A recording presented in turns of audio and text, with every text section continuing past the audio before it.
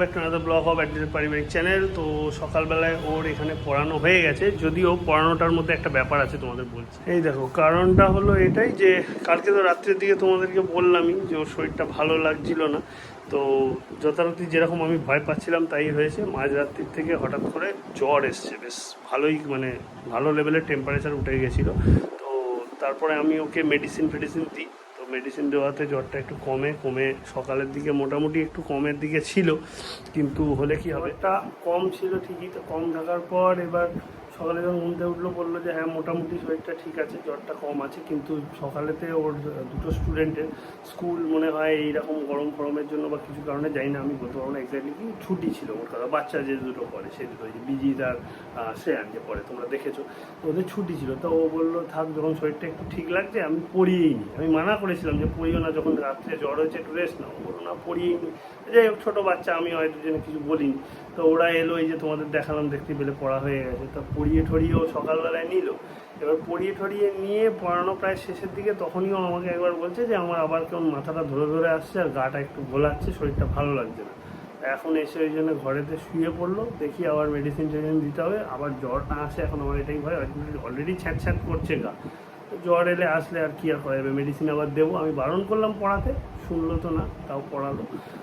আপাতত বললাম যে রেস্ট নাও, আর বেশি কিছু এদিক ওদিক করো না, খাওয়া দাওয়া যা হোক দেখা যাবে। প্লাস মনে হয় কিছু তরকারি একটু বেশি করে করেও রেখেছে, সেগুলো রয়েছে, সেই সব না হয় গরম করে খেয়ে দিয়ে নেবো পরে বেলার দিকে। বাবা মাকেও বললাম যে এরকম ব্যাপার, ওর রাত্রিরে এসেছিলো জ্বর। বাবা বললো তাহলে রেস্ট নিতে বল। রেস্ট নিচ্ছে আপাতত, শুয়ে দেখলেই তোমরা। এই ব্যাপার। আর আমার তো এদিকে অফিসের কাজ রয়েছে, সেগুলো সামলাতে হবে। তার মধ্যে ওকেও দেখি যাতে শরীরটা ঠিক রাখা যায়, ওষুধ খাইয়ে ঠিক মতো।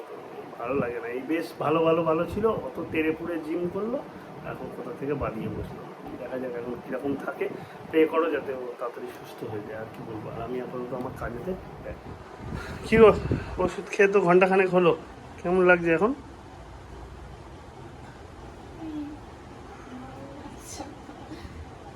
ভালো ধরালে হ্যাঁ কালকে এইসব করতে গিয়ে। বোঝোনি, কিন্তু আমি তোমাকে কালকে একটা জিনিস বারণ করেছিলাম রিটার্নের সামনে, যে এতটা এক্সটেন্সিভ এক্সারসাইজ করো না। যা ঘাম ছিলে কালকে, তুমি তো সেটা শুনলে না। এক্সপেন্সিভ কিছু করায়নি কালকে, তো কম হতে চেষ্টি করেছি, কালকে হালকাই হয়েছে। কিন্তু কালকে তো আগে থেকে একটু শরীরটা কেমন লাগছিল বলে অতটা ইয়ে হয়নি। কালকে পেট কিছু করিনি তো তেমন। তো ধরে গেল। ট্রেডমিল সাইকেল করিনি, ট্রেডমিলটাই শুরু করেছি। তোমার যেরকম সিচুয়েশন হচ্ছে এখন, দৌড়াইও নি কাল। সেরকম হলে ডাক্তার দেখিয়ে নেবো।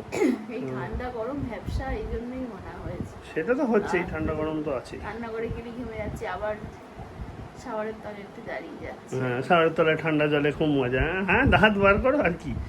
দেখি আবার ডাক্তারের কাছে, মাকে নিয়ে ডাক্তারের কথা তোমায় চিন্তা করতে হবে না। আমি মাকে ফোন করে যা বলার বলে দিয়েছি, ও নিয়ে তোমার চিন্তা নেই। মাকে সে যখন দেখানো আমি দেখে নেবো। আজকে বিকেলেই না তোমাকে নিয়ে ডাক্তারের কাছে যেতে হয়। আমি অলরেডি বাপিকে বলে নাম লিখিয়ে রেখেছি, যে যদি সেরকম সিচুয়েশন হয়, নামটা তো লেখা থাক, তাহলে নিয়ে যাবো তোমাকে। তুমি রেস্ট নাও, বসো না এরকম। ও সে আসার কথা আছে, স্টুডেন্টদেরকে আমি জানিয়ে দেবো যা জানাবো।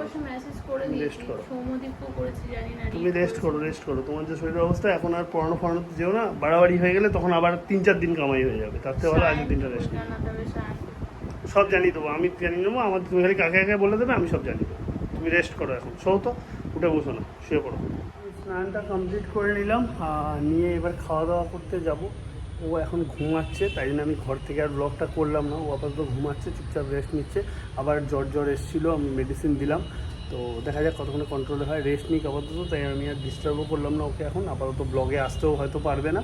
আমি আপাতত খাওয়া দাওয়াটা সেরে নিই, নিজেই বেড়ে যেটুকু যা তরকারি যা ও রেখে দিয়েছে রেডি করে, সেগুলো খেয়ে নিই। কালকে মনে হয় একটু বেশি করে রান্না করে রেখেছিলো, গরম করা আছে হয়তো, সেগুলো বাবা করেছে। সেগুলো দিয়ে খাওয়া দাওয়াটা সেরে নিই। পরে তোমাদের সাথে কথা বলছি, কারণ আমারও কাজের ব্যস্ততা আছে। পরে টাইম ফাঁকতাল করে ঠিক কথা বলছি তোমাদের সাথে। সরি ফ্রেন্ডস, আজকে একদমই ব্লগ কন্টিনিউ করতে পারছি না। ওকে নিয়ে একটু চিন্তায় আছি। জ্বরটা আসছে যাচ্ছে, আরও একবার দুবার এসছে। তা জ্বরের ওষুধ খাওয়াচ্ছি, কমে যাচ্ছে, তারপর আবার আসছে। ওই নিয়ে দৌড়াদৌড়ি চলছে। বাড়িতেও সবাই একটু চিন্তিত, তো তার জন্য আর তোমাদের সঙ্গে থাকা হচ্ছে না খুব একটা। এখনও রেস্ট নিচ্ছে বলে আমি ঘরে ব্লগ করছি না, বাইরে এসে করলাম। পরে একটু রাত্রের দিকে একটু ফিট হলে তোমাদেরকে তখন শেয়ার করবো, দেখাবো। ও হয়তো কথা বলবে তখন, জানি না। এখন কাতরাচ্ছে বলে শুয়ে দিয়েছে, আর কিছু কথা বললাম না আপাতত। আর আমারও সারাদিনের কাজে ব্যস্ত ছিল, কাজ অলমোস্ট হয়ে এসছে। জিম তো আজকে আর যাওয়া হবে না, বুঝতেই পারছো। দেখি পরে কি হচ্ছে না হচ্ছে সব শেয়ার করছি। আপাতত সরি ফ্রেন্ডস, আজকে সারাদিন তোমাদের সঙ্গে আসতে পারিনি। এই যে মানুষটাকে সামনে দেখছো, দেখো হাতে ওষুধের গাদা, আর তার থেকেও বড় কথা ওর যদি বাঁ হাতটা খেয়াল করো, এই দেখো স্যালাইন দিয়ে আনতে হলো আমাকে শেষমেশ ওকে, কেননা জ্বর থেকে ডিহাইড্রেশন মতন হয়ে গেছিলো। বুঝতেই পারছো আমার মুড একদম ভালো নেই, আর ওই অবস্থায় ওই সব ভিডিও করার মতন মানসিকতাও আমার ছিল না। তার ফলে সোজা সাপটা ওকে ধরেছি, গাড়িতে তুলেছি, হসপিটালে নিয়ে গেছি, নিয়ে গিয়ে স্যালাইন দেওয়ানো করিয়েছি। স্যালাইন ট্যালাইন দিয়ে যখন মোটামুটি রাত্রির কটা বলবো 8:30 নাগাদ মোটামুটি ও একটু স্টেবল অবস্থায় এলো, তখন ডাক্তার বললো এবার আপনি ওকে বাড়ি নিয়ে যেতে পারেন। তারপরে আমি আবার ওকে বাড়ি নিয়ে আসলাম, গাদাখানেক ওষুধ দিয়েছে, 3 দিন মতন রেস্ট নিতে বলেছে। এবার কতটা কথা শুনবে তা আমি জানি না, কিন্তু 3 দিন মতন রেস্টে থাকতে বলেছে। ঘন্টা ঘন্টা ওষুধ, এই দেখো ওষুধ নিয়ে এসেছি, তাই সেই ওষুধই খেলো। আর এখন শোবে শটাং, আমি জাস্ট বিছানাটা পরিষ্কার করে দেবো। গলা ভাত খেলো রাত্রিরে একটুখানি, ডাক্তার বললো বেশি কিছু আজকে খেতে দেওয়ার দরকার নেই, হালকা গলা ভাত বা স্যুপ খেলেই হবে। তো ওই গলা ভাত খেলো একটুখানি, আমিও ওর সাথে ওই গলা ভাতই খেলাম। এখন আপাতত শোয়াবো এবং আজকের ব্লগটাকে আমি এন্ড করবো, কেন তোমরা বুঝতেই পারছো এরপরে আর কারণ মন মানসিকতা এমন থাকে না যে ব্লগ করবে এই অবস্থায়। বাড়ির লোক অসুস্থ থাকলে কি কিছু ভালো লাগে? তার জন্যই আর সারাদিন ওইসব হসপিটালে নিয়ে যাওয়া যায়, আর কি তোমাদেরকে দেখাবো, কিছু দেখায়নি। তখন আমার মাথা কাজ করছিল না, ওর শরীরটা এতটাই বিগড়ে গেছিলো, পুরো ঝিমিয়ে পড়েছিল। তার জন্য বাধ্য হয়ে আমি নিয়ে যাই হসপিটালে, এবং তারপরে স্যালাইন ট্যালাইন দেওয়ানোতে তারপর স্টেবল হয়। তো আর জ্বরটা আসে নাকি সেটাও একটা দেখার বিষয়। ওষুধ তো খেয়েছে, আশা করি আসবে না। দেখি রাত্রিরে আমাকে খেয়াল রাখতে হবে ওকে, আর কাল পরশু তরশু এখন পুরো রেস্টে থেকে ওকে শরীরটা ঠিক জায়গায় আনতে হবে। যাই হোক, এইটুকুই তোমাদের জানানো ছিল বলে আমি ব্লগের এইটুকু পার্ট তাও করলাম, নাহলে এটাও করতাম না।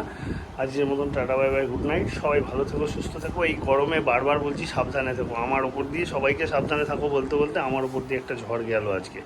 তো সেই জন্যই সবাইকে বলবো সাবধানে থাকো, আর ফ্যামিলি নিয়ে অবশ্যই আনন্দে থাকো। চলো আজকের মতন গুড নাইট, পরে তোমাদের সঙ্গে দেখা হচ্ছে। আমি এখন ওর জন্য বিছানাপত্র সব রেডি করে দিই। Bye bye.